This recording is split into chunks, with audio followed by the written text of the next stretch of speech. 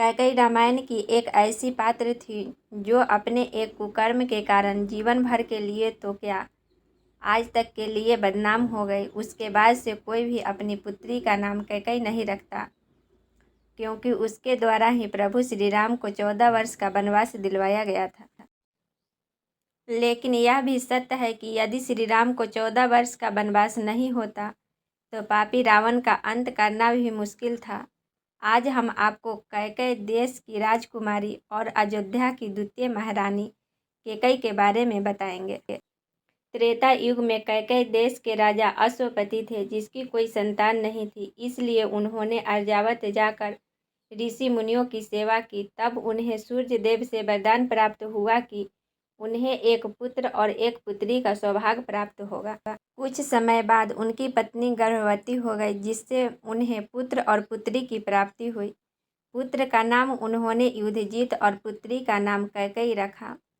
कैकेयी स्वभाव से एकदम अलग थी। वह तो मधुर थी, लेकिन ईर्ष्या की भावना भी उसमें प्रबल रूप से थी। उसका मन परिवर्तन बहुत जल्दी हो जाता था, इसलिए उसका स्वभाव जानना मुश्किल था। कैकेयी का दशरथ के साथ विवाह। जब कैकेयी विवाह योग्य हो गई, तब उसका अयोध्या नरेश दशरथ के साथ विवाह संपन्न हुआ। दशरथ की प्रथम पत्नी कौसल्या थी, जो अयोध्या की प्रमुख महारानी थी तथा स्वभाव से एकदम मृदु और धैर्यवान स्त्री थी। शादी के बाद कैकेयी अपनी प्रिय दासी मंथरा को भी अपने साथ ले आई थी।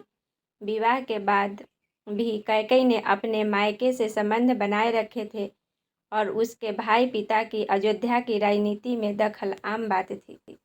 कैकेयी का दशरथ से संबंध। कैकेयी के बाद राजा दशरथ का एक और विवाह हुआ, जिसका नाम सुमित्रा था। इन तीनों में कैकेयी ही राजा दशरथ को सबसे अधिक प्रिय थी। यहाँ तक कि कैकेयी को राजा दशरथ का अन्य रानियों को समय देना भी अच्छा नहीं लगता था। इससे वह जल्दी रुष्ट हो जाया करती थी। स्वयं राजा दशरथ ने भी इस बात का उल्लेख किया था कि वे कैकेयी के भय के चलते वे कौसल्या को वह मान सम्मान नहीं दे पाए जिसकी वह अधिकारी थी।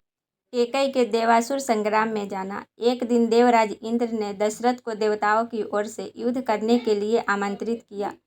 तब कैकेयी भी उनके साथ गई। वह राजा दशरथ बुरी तरह घायल हो गए थे। तब कैकेयी उन्हें चतुराई से युद्ध भूमि से बाहर दूर ले गई और वहां जाकर उनका उपचार किया। जब राजा दशरथ चेतना में वापस आए, तब वे कैकेयी को कर्तव्य निष्ठा से अत्यधिक प्रसन्न हुए। उन्होंने कैकेयी को कोई 2 वरदान मांगने को कहा, जिसके लिए कैकेयी ने मना कर दिया। उस समय कैकेयी के पास सब कुछ था और न ही किसी चीज़ की कमी थी, इसलिए उसने समय आने पर 2 वचन मांगने की बात कह दी, जिसे दशरथ ने स्वीकार कर लिया। कैकेयी को पुत्र का जन्म। धीरे धीरे समय बीता और राजा दशरथ ने पुत्र प्राप्ति के लिए पुत्र कामेष्टि यज्ञ का आयोजन करवाया। इसके फलस्वरूप कैकेयी को भरत नाम की पुत्र की प्राप्ति हुई, तो कौसल्या को श्री राम और सुमित्रा को लक्ष्मण और शत्रुघ्न पुत्र रूप में प्राप्त हुए। कैकेयी का सभी पुत्रों में समान लगाव था, लेकिन अपने पुत्र भरत के लिए वह कुछ भी कर सकती थी।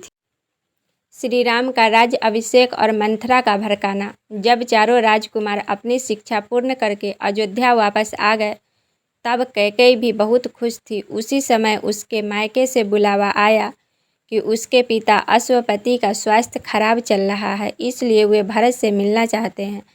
तब कैकेयी ने अपने पुत्र भरत और सुमित्रा के पुत्र शत्रुघ्न को कैकेयी देश भेज दिया। पीछे से राजा दशरथ ने श्री राम के राज्याभिषेक की घोषणा कर दी, जिसे सुनकर कैकेयी भी प्रसन्न थी।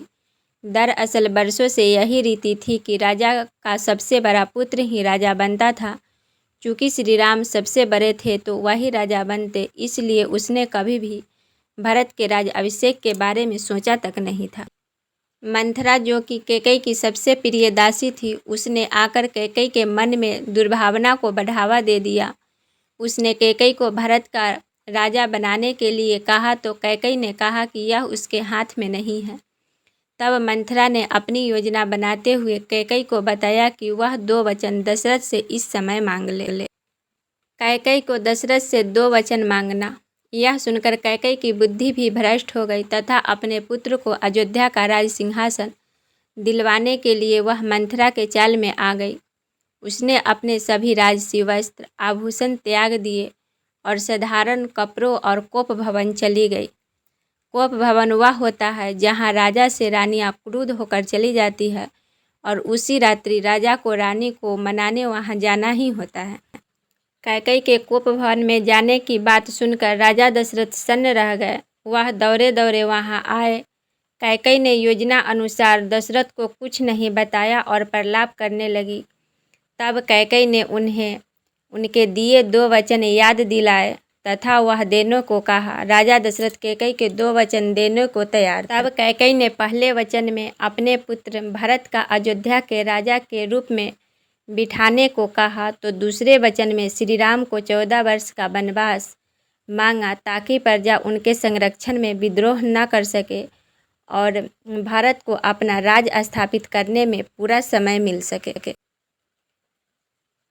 कैकई के द्वारा हुआ श्री राम को वनवास, यह दोनों वचन सुनते ही राजा दशरथ पागल से हो गए थे तथा कैकई को भला बुरा कहने लगे थे। उन्होंने कैकई से यह वचन वापस लेने की बहुत प्रार्थना की, लेकिन वह नहीं मानी। अंत में जब यह समाचार श्री राम को प्राप्त हुआ तब वे अपने पिता के वचनों का पालन करते हुए वनवास चले गए। उनके साथ उनकी पत्नी सीता और छोटे भाई लक्ष्मण भी बन गए।